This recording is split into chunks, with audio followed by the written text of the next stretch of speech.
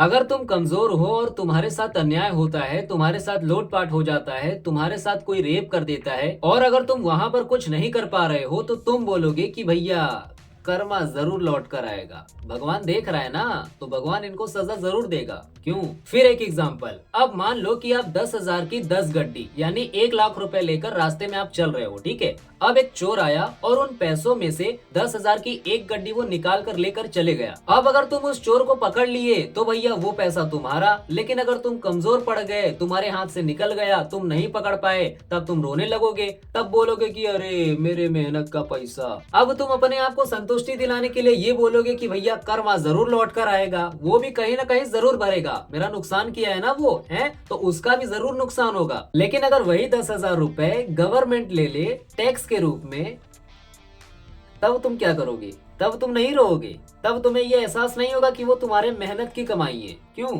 एहसास होगा, लेकिन उसका असर उतना दुख वाला नहीं होगा जितना वो चोर वही पैसा चोरी कर कर लेके जाएगा, ठीक है। तब तुम सरकार से अपना पैसा मांगने की कोशिश नहीं करोगे, तब तुम्हें कर्मा का एहसास नहीं होगा कि भैया कर्मा मेरा लौट कर आएगा। क्यों? वो पैसे थे तो आपके मेहनत की ही, चोरी तो हुई है ना, फिर चाहे वो लीगली हो या इलीगली, चोरी तो हुई है। और इस हिसाब से देखा जाए तो दुनिया का सबसे बड़ा चोर दुनिया की सभी गवर्नमेंट है। तब तुम्हें कर्मा याद नहीं आएगा कि कर्मा लौट कर जरूर आएगा। हैं? कहाँ है भैया? चोरी तो हो रही है ना, वो भी लीगली, प्रॉपर आईटीआर लगाकर, प्रॉपर जीएसटी लगाकर, प्रॉपर सेस लगाकर, प्रॉपर सर चार्जेस लगाकर, हैं? तो यहाँ पर ध्यान से देखा जाए तो सबसे बड़ी घपलेबाजी तो गवर्नमेंट के जरिए हो रही है। तब यहाँ पर तुमको कर्मा धर्म का ध्यान ख्याल नहीं आएगा। हमारे देश में करप्शन भी हो रहा है, तो अब यहाँ पर कर्मा कहाँ गया? हमारे देश में जनता के विकास का पैसा बड़े लोग अपने जेब में डाल रहे हैं, तो अब यहाँ पर कर्मा कहाँ गया? हमारे देश में जनता के मेहनत की कमाई का पैसा कुछ लोग गलत तरीके से खा रहे हैं, तो अब यहाँ पर कर्मा कहाँ गया? अब यहाँ पर तुम मेन बात समझो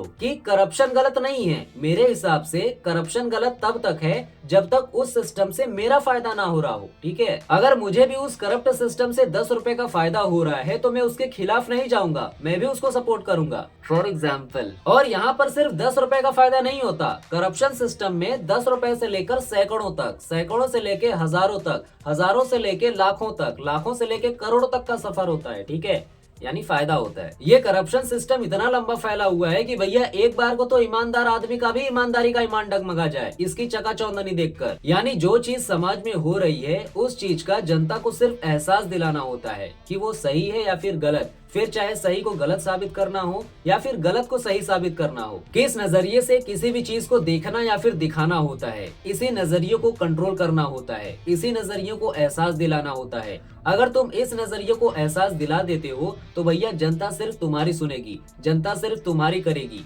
कंट्रोल करना इसी को कहते हैं। क्योंकि चोरी तो होती है समाज में, एक छुपा कर, एक दिखा कर, एक लीगली तो दूसरा इलीगली। और अगर कोई तीसरा इंडिविजुअली बंदा अपना पेट भरने के लिए इलीगल चोरी करते पकड़ा गया तो भैया लीगल सिस्टम फिर उनको रेलेगा, फिर उससे वसूल करेगा जुर्माने के नाम पर, अगर मामला ऊपर तक गया तो। नहीं तो अगर मामला नीचे से ही रफा दफा करना है तो भैया रिश्वत से काम चल जाएगा, ठीक है। तो मिला जुला कर सिस्टम का ही फायदा हो रहा है।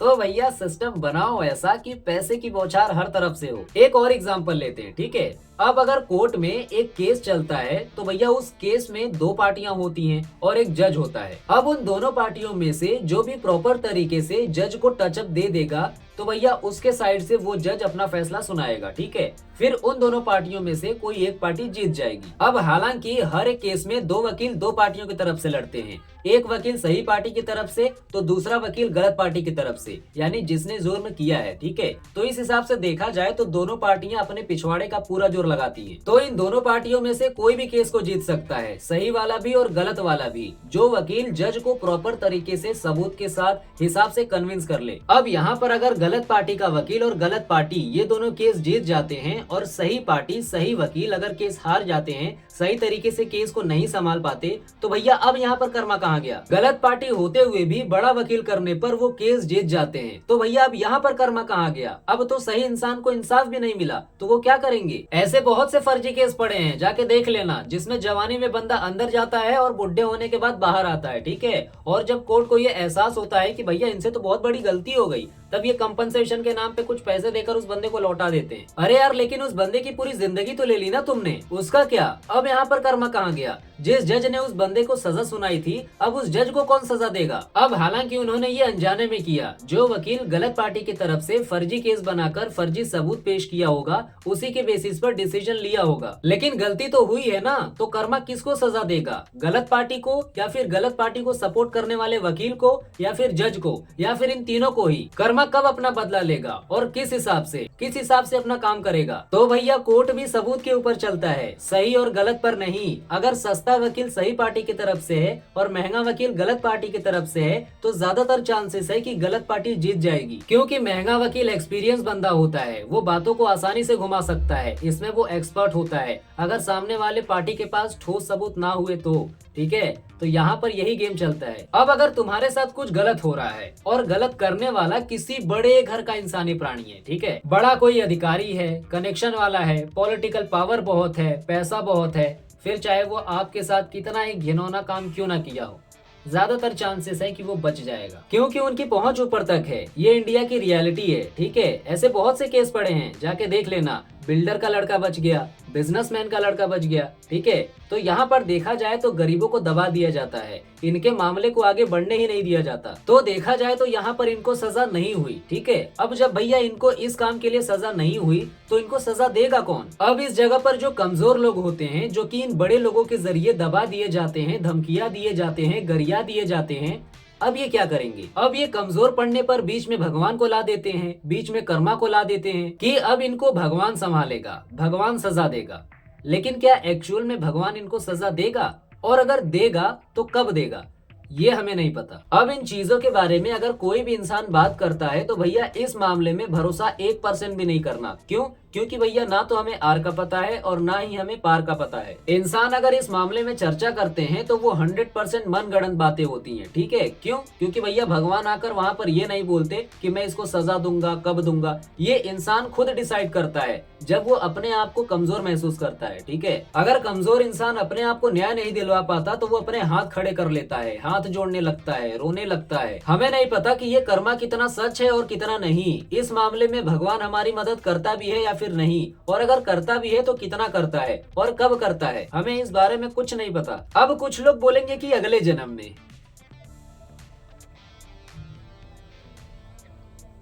अगले जन्म में सजा मिलेगी उसको। अब इस बात में भी कितनी सच्चाई है वो भी हमें नहीं पता। हमें अगला जन्म और पिछला जन्म के बारे में घंटा कुछ नहीं पता है। और हमारे यहाँ पर 7 जन्म की कसमें खाई जा रही हैं कि हम तुम्हारे साथ 7 जन्म रहेंगे। अरे तुम्हारे पास एक जन्म का तो हिसाब किताब नहीं है, तुम बाकी के 6-7 जन्म का हिसाब किताब लेके बैठे हो। अगला जन्म और पिछला जन्म के बारे में तुम्हें घंटा कुछ नहीं पता है। बस पीढ़ी के मुंह से पीढ़ी दर पीढ़ी ये बातें सुन लिए हो कि हमारा अगला जन्म होगा, ये जन्म वो जन्म, बस वही चिपकाए जा रहे हो। अगले 1 सेकंड में तुम्हारे साथ क्या होने वाला है ये तुमको पता नहीं है, और यहाँ पर हिसाब किताब चल रहा है 7 जन्म का। दिमाग लगाओ कुछ। हमें अगले पिछले जन्म के बारे में कुछ नहीं पता कि भैया हमारा जन्म होगा भी या फिर नहीं होगा, या फिर यही हमारा लास्ट है, उसके बाद हम मर जाएंगे। क्योंकि भैया ये हमारा टॉपिक है ही नहीं। हमारा टॉपिक सिर्फ जीना है, हगना मुतना, खाना पीना और बच्चे पैदा करना, बस यही है, ठीक है। और थोड़ा सा दिमाग लगा के नेचर को समझना है, बस खत्म। इससे ज्यादा तुम नेचर के बारे में जान ही नहीं सकते, उतनी तुम्हारी औकात ही नहीं है, ठीक है। तो जितना तुम्हारा साइज है ना उतने में ही रहो, ठीक है। अब कुछ लोग बोलेंगे कि भैया इस किताब में लिखा है, उस किताब में लिखा है, ये धर्म वो धर्म। तो देखो भाई साहब, किताब किसी भी धर्म की हो, ठीक है, लिखा इंसानों नहीं है। जिस दिन तुमको ये चीजें समझ में आ जाएगा ना, उस दिन से इस दुनिया को देखने का नजरिया ही तुम्हारा बदल जाएगा, ठीक है। पीछे हमारा जन्म हुआ था या नहीं ये हमें पता नहीं। क्यों? क्योंकि भैया मरा आदमी हमें बताने के लिए वापस आ नहीं सकता, और जिंदा आदमी खोजबीन करने के लिए जा नहीं सकता है। तो आखिर ये सारी चीजें लोगों को पता कैसे चल रही है? ऐसा कौन सा मरमरा एजेंसी है जो भैया हमें कनेक्ट कर रहा है? इसमें भी कितनी सच्चाई है और कितनी मिलावटी बात है हमें ये भी नहीं पता, ठीक है। तो इस रूल को भी ध्यान में रखना। इस हिसाब से तुम लोगों को जज करना, उनकी बातों को समझना, ठीक है। जो लोग जन्म मरण पे ज्ञान देते हैं, पकड़ पकड़ करते हैं, अपना दिमाग लगाते हैं, ठीक है। 7 जन्म, ये जन्म वो जन्म, तो ऐसे लोगों पर थोड़ा सोच समझ के भरोसा करना, ठीक है। क्योंकि ये सब मनगढ़ंत बातें होती हैं। फिर चाहे वो कितना ही बड़ा इंसान क्यों ना हो, भगवान तो नहीं है ना, है। ये जन्म मरण का खेल तो भैया बनाने वाले के हाथ में है ना। इस चीज को एक तुच्छ से इंसानी प्राणी समझाएंगे? जो इंसान अपने आप को पूरी तरीके से नहीं समझ पा रहा है तो भैया नेचर के इतने बड़े खेल को ये समझ जाएगा और ये लोगों को समझा भी देगा। तो थोड़ा सोच समझ के कदम रखना, ठीक है? आगे कुआं पीछे खाई, ये वाला सिस्टम यहाँ पे चल रहा है। अब इस चीज को वो किस तरीके से इस्तेमाल करता है ये बनाने वाले के ऊपर है, ठीक है? हमें कुछ नहीं पता भाई, हम उसके पड़ोसी नहीं है, हम उसके खानदान के नहीं है और ना ही उसके घर वाले हैं, ठीक है? जो कि उसके कारनामों के बारे में हमें सब कुछ पता होगा कि भैया जन्म के बाद हमारे साथ क्या करता है, मरने के बाद हमारे साथ क्या करता है, हमारा कितना साथ देता है, देता भी है कि नहीं देता है, और अगर हमें सजा भी देता है तो किस तरीके से। तो इन सारी चीजों के बारे में हमें कुछ नहीं पता। क्यों? क्योंकि भैया ये हमारा टॉपिक है ही नहीं, हम इस तरीके से बने ही नहीं है कि अपने जीवनचर्या से उठकर आउट ऑफ सिलेबस सारी चीजों को गहराई से देख सके, सिवाय विज्ञान को छोड़ के, ठीक है? अब कुछ लोग बोलते हैं कि भैया जो इंसान गलत काम करता है उसको अगले जन्म में सजा मिलता है। अरे भाई ये क्या लॉजिक हुआ है कि अगले जन्म में सजा मिलता है? अगर कोई इंसान इस जन्म में कोई गलत काम कर रहा है तो उसको इसी जन्म में सजा मिलनी चाहिए ना। ये अगला जन्म क्या होता है? अगले जन्म में क्यों सजा मिल रही है उसको? मतलब इनको अता पता कुछ है नहीं, ये फालतू का ढिंडोरा पीटे जा रहे हैं, अपने पीढ़ियों को ये डर के साए में रख रहे हैं। अगले जन्म में अगर वो बंदा सीधा पैदा हो गया, शरीफ पैदा हो गया, मासूम पैदा हो गया, दुनिया के बारे में उसको ज्यादा ज्ञान नहीं है, तो भगवान उसको सजा देगा? फिर वो अपने आप को हमेशा कोसता रहेगा, यही सोचता रहेगा कि भैया मैंने ऐसा क्या गलत काम किया था, ऐसी कौन सी गलती की थी मैंने जिसके वजह से मेरे साथ ये सब हो रहा है।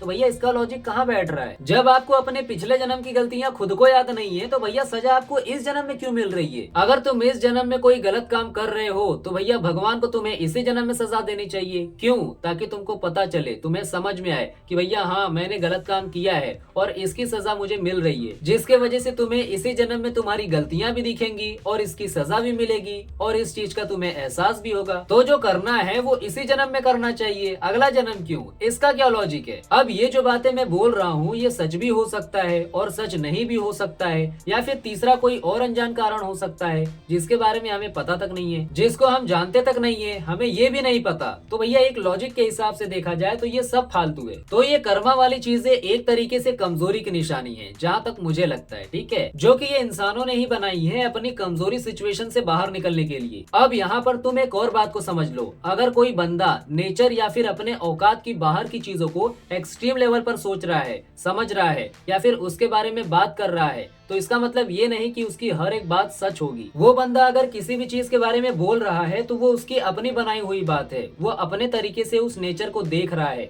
सोच रहा है, समझ रहा है कि भैया कितनी गहराई है, कितनी सच्चाई है। तो अगर कोई भी इंसान भूत प्रेत के बारे में बात कर रहा है या फिर फालतू चीजों के बारे में वो गहराई से सोच रहा है तो उसकी बातों को नहीं मानना है, हल्के में नहीं लेना है, लेकिन मानना नहीं है। कब तक? जब तक उस चीज को आप खुद ना देख लो, खुद ना महसूस कर लो, ठीक है? क्यों? क्योंकि भैया यहाँ पर क्या रियलिटी है और क्या इल्यूजन है हमें नहीं पता और ना ही कभी पता चल पाएगा। रियलिटी हमें उतना ही पता चल पाएगा जितना हम साइंस के जरिए किसी भी चीज को प्रूव कर पाएंगे, ठीक है? अब हालांकि साइंस भी नेचर के हर एक चीज को प्रूफ नहीं कर सकता, ये भी एक सच्चाई है, लेकिन हो सकता है कि आगे काम कर जाए जैसे जैसे साइंस डेवलप करेगा, ठीक है? तो ये पहला तरीका हो गया। दूसरा तरीका ये है कि भैया भगवान खुद ही आपके सामने प्रकट हो जाए और सारी चीजें बता दे आपको सच्चाई, ठीक है? लेकिन तुम इंसानी दलिद्र प्राणी उतने खास थोड़ी हो उनके लिए, हैं जो तुमको सारी सच्चाई बता देंगे। तो ये सब भूल जाओ, तुम भटकते रहो इसे। तो दूसरा वाला ऑप्शन तो पॉसिबल है नहीं, तो तुम पहले में ही अटके रहो, साइंस के भरोसे टिके रहो, हैं? अब यहाँ पर मैं ये नहीं बोल रहा हूँ कि मैं ही सही हूँ, नहीं, हो सकता है कि ये सारी चीजें हो सकती हैं, लेकिन भैया आज के समय पर तो बिल्कुल नहीं। पहले से लेकर अभी तक जो इस दुनिया पे कंट्रोल कर रहा है वो हर एक चीज में घपलेबाजी कर रहा है, हर एक चीज में अपना फायदा देख रहा है, अपना हिस्सा देख रहा है, जिसके वजह से आम लोगों का नुकसान हो रहा है, उनका पेट काटा जा रहा है। तो भैया इस हिसाब से देखा जाए तो आम जनता का तो नुकसान हो रहा है। सो ये जो वीडियो है ये पॉलिटिक्स के लिए नहीं है, बल्कि उनके लिए है जो कर्मा पर भरोसा करते हैं, कर्मा जैसी चीजों को मानते हैं, ठीक है? पॉलिटिक्स तो मैंने एक एग्जाम्पल के जरिए बताया है, एग्जाम्पल के जरिए लोगों को समझाने की कोशिश की है। अगर आप कर्मा जैसी चीजों पर भरोसा करते हो तो इस वीडियो को देखने के बाद आपको पता चल गया होगा कि आज के टाइम में कर्मा कितना काम करता है, ठीक है? जहां नजरे फेरो वहीं पर जुर्म हो जा रहा है, कौन किसको टपका दे रहा है, कौन किसका कांड कर दे रहा है, तो मतलब सारी चीजें हो रही हैं। सारा कांड करने के बाद अपने पावर के जरिए, अपने कनेक्शन के जरिए, अपने पैसों के जरिए सारी चीजों को छुपा दिया जाता है। तो भैया कर्मा कहाँ जा रहा है? ये थोड़ा सोचने वाली बात है, अपना दिमाग लगाओ यहाँ पर, ठीक है? गलत करने पर सिर्फ गरीबों को सजा क्यों मिलती है, अमीरों को क्यों नहीं मिलती है? बिल्डर का लड़का बच जा रहा है, बिजनेसमैन का लड़का बच जा रहा है, पैसा खिला खिला कर सिस्टम को दिए जा रहे हैं, सब बचा दिए जा रहे हैं भैया, केस को दबा दिया जा रहा है। तो यहाँ पर इंसाफ नाम की कहाँ पर चीज है। अब जिनको यहाँ पर भरोसा नहीं होगा वो फिर अगला पिछला जन्म करने पे उतर जाएंगे कि अरे अगले पिछले जन्म में ये सब होता रहेगा। भैया दिमाग खराब मत करो, ठीक है। तभी इतना समझाए, तुमको समझ में आया होगा तो ठीक है, नहीं आया होगा तो भैया बैल बुद्धि हो तुमको कोई नहीं समझा सकता। जिनको समझ में आ गया वो तो ठीक है, जिनको नहीं आया तो वो रद्दी हो तुम भाई, तुमको कुछ नहीं समझ में आने वाला। जब तुम अपने आंखों के सामने से लीगल सिस्टम का पर्दा हटाकर देखोगे ना, तब तुमको समझ में आएगा सब के सब अपनी जेबें गर्म करने में लगे हुए हैं, फिर चाहे वो लीगली हो या इलीगली, सिस्टम के अंदर हो या फिर सिस्टम के बाहर, सब एक दूसरे के ऊपर चढ़ने में लगे हुए हैं, अपने से नीचे लोगों को दबाने में लगे हुए हैं, सब एक दूसरे को लूटने में ही लगे हुए हैं। तो यहाँ पर सब यही हो रहा है, ठीक है। सब अपने फायदे के लिए कुछ न कुछ झोल झपाटा कर ही रहे हैं। तो भैया इस हिसाब से देखा जाए तो कर्मा तो सभी पर अप्लाई होना चाहिए, लेकिन नहीं, ऐसा क्यों। एक बिजनेसमैन भी अपने फायदे के लिए अपने कस्टमर से 2 पैसा ज्यादा ले रहा है, तो भैया इस हिसाब से तो ये भी गलत काम कर रहा है। अंबानी भी हर साल जियो का रिचार्ज बढ़ाते जा रहा है, तो इस हिसाब से देखा जाए तो भैया ये भी गरीबों का पेट काट रहा है। तो इसको क्या बोलेंगे, बिजनेसमैन या लुटेरा। सो ये अलग अलग दिमाग का अपना सोचने का तरीका होता है, ठीक है। तो यहाँ पर अपना फायदा करने पर कुछ लोग समाज के जरिए चोर कहलाते हैं, कुछ लोग बिजनेसमैन कहलाते हैं, कुछ लोग पॉलिटिशियन कहलाते हैं, तो कुछ लोग सरकारी अधिकारी भी कहलाते हैं। चोर चोरी करता है, बिजनेसमैन प्रॉफिट करता है, पॉलिटिशियन करप्शन करता है और सरकारी अधिकारी रिश्वत लेता है। तो यहाँ पर देखा जाए तो सबका अपना खेल और अपना पहचान चल रहा है? तो भैया इस हिसाब से देखा जाए तो कर्मा सभी पर अप्लाई होना चाहिए, लेकिन नहीं हो रहा, क्यों। सो आई होप आपको कर्मा के बारे में समझ में आ गया होगा कि कर्मा कितना काम करता है और कितना नहीं, कितना सच है और कितना झूठ, ठीक है। बाकी हमारा वीडियो यहाँ पर एंड होता है, फिर मिलते हैं हम नेक्स्ट वीडियो में। तब तक आप हंसते रहिए, खेलते रहिए और मुस्कुराते रहिए।